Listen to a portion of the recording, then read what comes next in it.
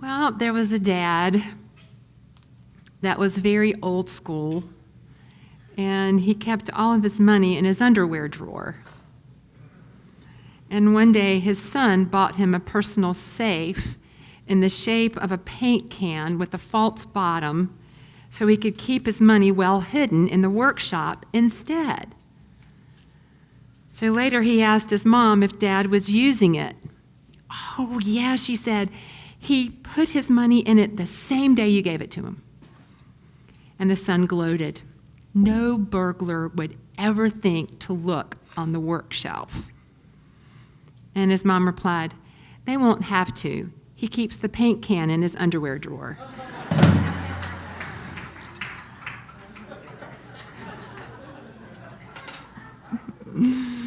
Oh. You don't know anybody like that, do you? So what I would like to do before we get into our message this morning is to acknowledge those of you in the audience who are fathers. Okay, so let me clarify. Are you a biological father? Are you an adopted father? Are you mentoring someone? Are you a foster father? Are you a mom that is both a mom and a dad? And I include, are you a kitty dad or a doggy dad? Okay. All right, so if you are, would you please stand so we can love you? Can you stand? You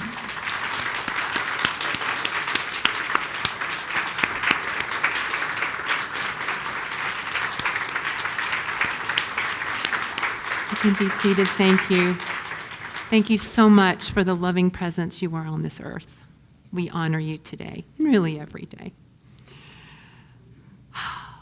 Well, you came back after last week. For those of you that don't know what I'm talking about, last week I just shared from my heart, my feelings about, what I teach you and where I come from, and kind of what God is in my orbit, and why I teach the way I do, and how much I love you, and so one of the things that I talked about last week was how important it is to me, and this is one of the things that drew me to Unity in the first place, was the practical application of spiritual teachings. I love that in Unity.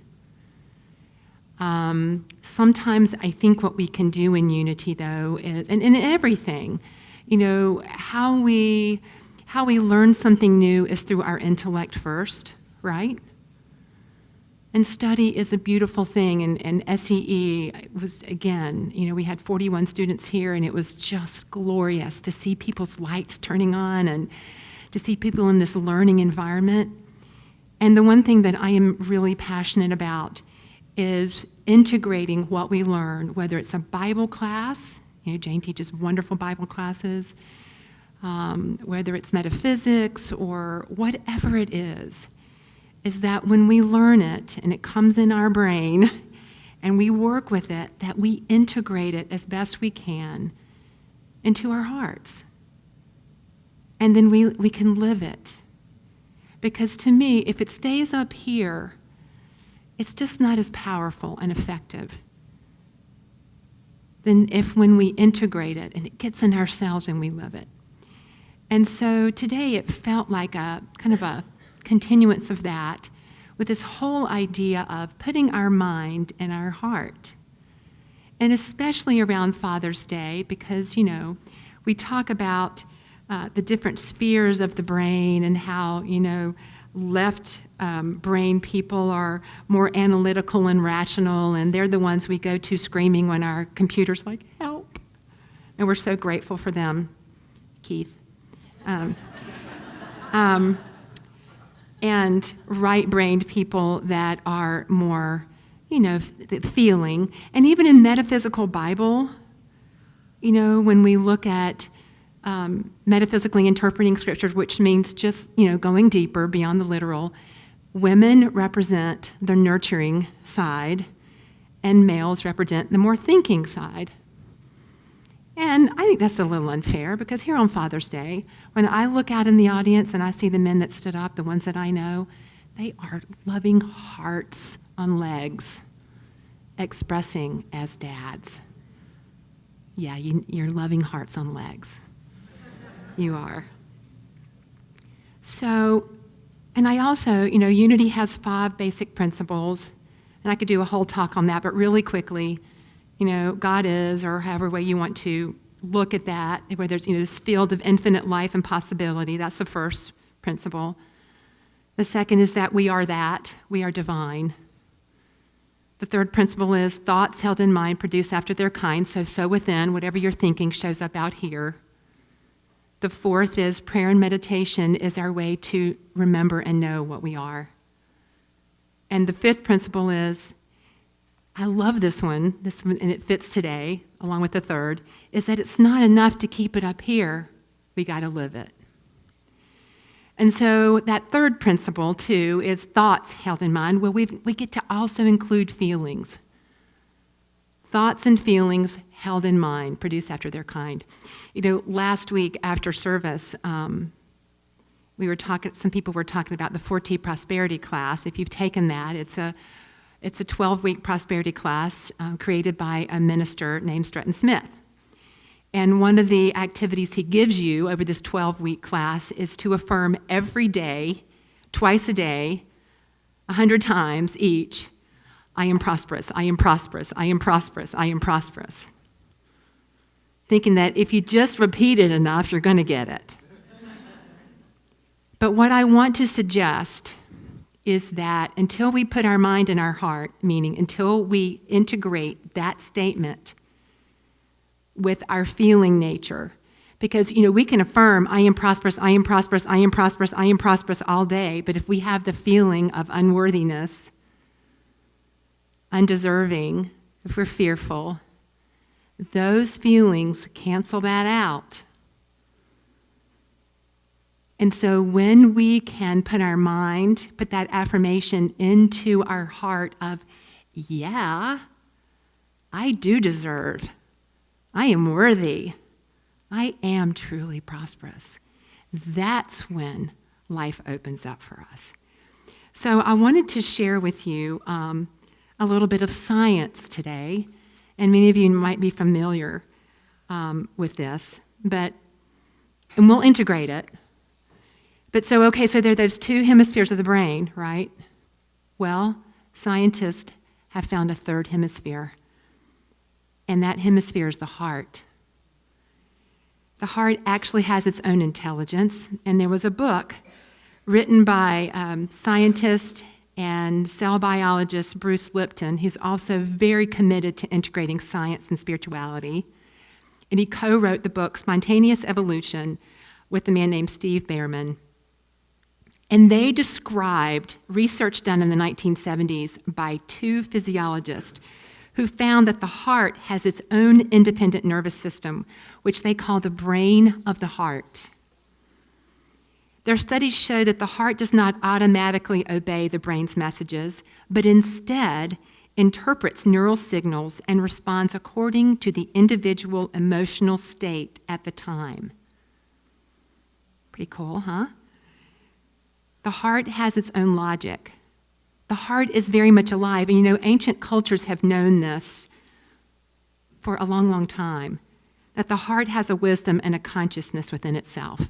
In Chinese medicine, the heart is considered to be the center of wisdom. And in the ancient Vedic tradition, the heart is the mediator between heaven and earth. And Unity co-founder Charles Fillmore said this: the physical heart is but the visible expression of the invisible center of consciousness. This heart can change your life whenever you decide to do the necessary work to bring it into expression. So this work is bringing our thinking and feeling natures in alignment, putting the mind in the heart. So making that 18-inch journey from your head to your heart. A deepening happens when we ground our mental thoughts with the consciousness of the heart. We become more conscious and more peaceful and joyful, and we even become healthier. and we open up our lives to receive the prosperity of the universe. In 1992, stress researcher Jacques Tildra founded the Institute of Heart Math as a scientific research center that's sole mission is to investigate the idea that the heart has deep wisdom and might hold the key to how our species positively evolves and moves toward a sustaining, thriving future. That sounds pretty good right now, doesn't it? He's been on national network news shows, and he's been published in the Harvard Business Review, Prevention Magazine, Psychology Today, USA Today, the New York Times, the Wall Street Journal. And he wrote a book called The Heart Math Solution, in which he concluded, heart intelligence is the intelligent flow of awareness that we experience once the mind and bodily emotions are brought into balance and coherence. Coherence is the natural connection, is our natural connection and consistency. The brain of the heart responds to how a person is currently feeling. So when a person is feeling what we call negative emotions, okay, such as anger, resentment, anxiety, stress, overwhelm, frustration, there's an incoherence in the heart's frequencies. However, when a person is feeling emotions such as love, connection, joy, gratitude, contentment, the heart's frequencies become coherent. And coherent signals are healthy signals. Incoherent signals are what wears our bodies down, folks. So research has shown that emotions such as anger and resentment and anxiety and stress and overwhelm, frustration lead to increased disorder in the nervous system and in the heart's rhythms, adversely affecting the body. But feelings like joy and gratitude and love and contentment increase harmony and coherence in the nervous system, resulting in our ability to recover from health challenges more readily, lead a more stress-filled life, and perform at our full potential. So Doc Childra's research led him to discover a technique to access coherent heart intelligence. Yeah, okay.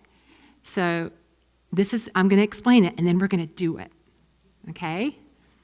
So when subjects focus their attention on their heart and activate a deep heart feeling, such as love, appreciation, or caring, these positive emotions immediately shift their heartbeat rhythms into a more coherent pattern.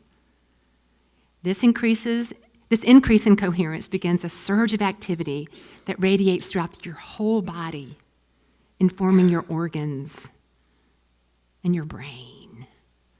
So the fight or flight stress hormone cortisol, which we know burns out our nervous system whenever used, that decreases and instead produces an anti-aging hormone.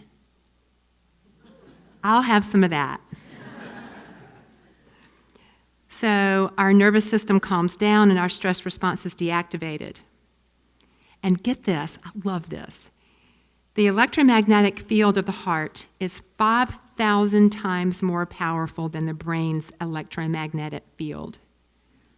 So the heart's energy field can radiate out from the body as far as 10 feet away.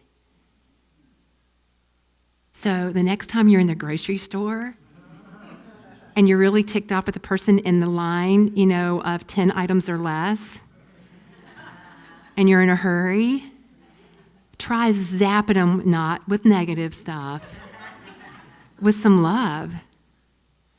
And who knows, they might just go, oh, you only have 2 items, go right ahead. But really, try that sometime. And this is a true story. I heard this years ago, and I did it one time. I was in a store, and I decided to zap somebody with some love. I think I was feeling some resistance, so I was trying to be all transformed about it, So I thought, okay, let me just see if this works. So I tried to, I was like, send them love. I just sent them love and send them love and send them love. And I don't know, but they did do this. I don't know if that was, but anyway. Okay. So the heart can broadcast love out into the world. It can broadcast out into the world, folks. And the world is screaming right now. Okay, so let's practice. You ready? Okay, all right. All right, so take a deep breath. And just focus on the heart. Focus on your physical heart. And recall a positive feeling. Just bring a positive feeling. And it might help to just gently bring a smile to your lips. Just form a smile on your lips. And so actively radiate that feeling to people and situations in your life, including yourself. It's almost like you're sending loving kindness to yourself and to others again. So if you were holding love, now maybe shift it to gratitude. What does it feel like to hold gratitude in your heart and radiate it to you and to people in your life?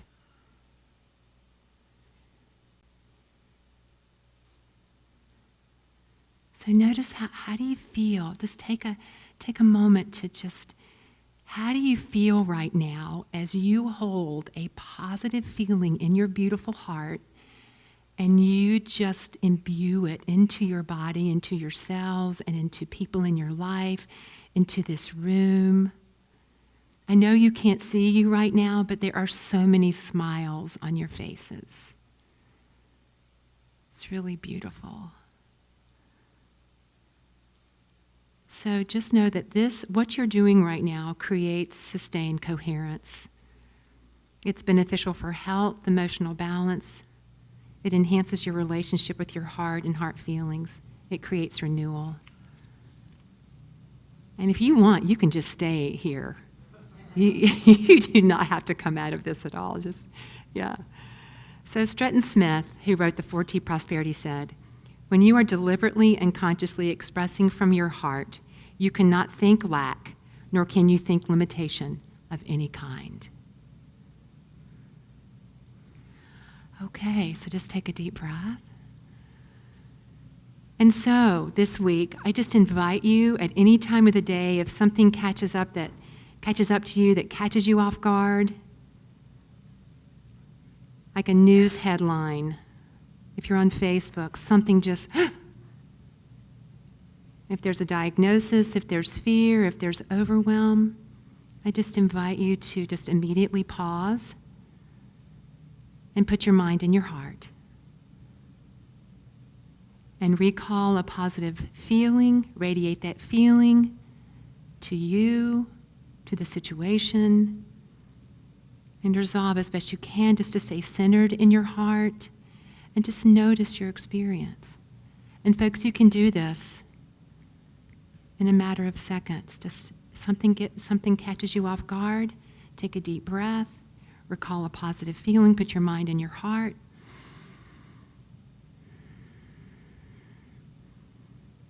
Yeah, and radiate that feeling. And just notice your experience. And my hope is that you will feel more peaceful, you'll feel healthier, more joyful. And if you want to know more about this, there is someone that's here in our audience. I'm so thrilled. She has been a part of our community for many years and then moved away to Wyoming. And her name is Ellen Sanikowski, and she teaches heart math. I had no idea she was going to be here today. She teaches the connection practice along with our Maureen Hilton. And if you want to know more about heart math, Ellen, would you just raise your hand? There she is. So see her after. I think she's teaching a class at Unity of Fairfax. If you have ever taken any kind of connection practice or any kind of, if you're familiar with the teaching, you can attend this class out at Unity of Fairfax. Isn't that great? Yeah. All right, so let's take a deep breath. All right, and let's affirm together. I put my mind in my heart, and I am at peace. Bless you, and so it is.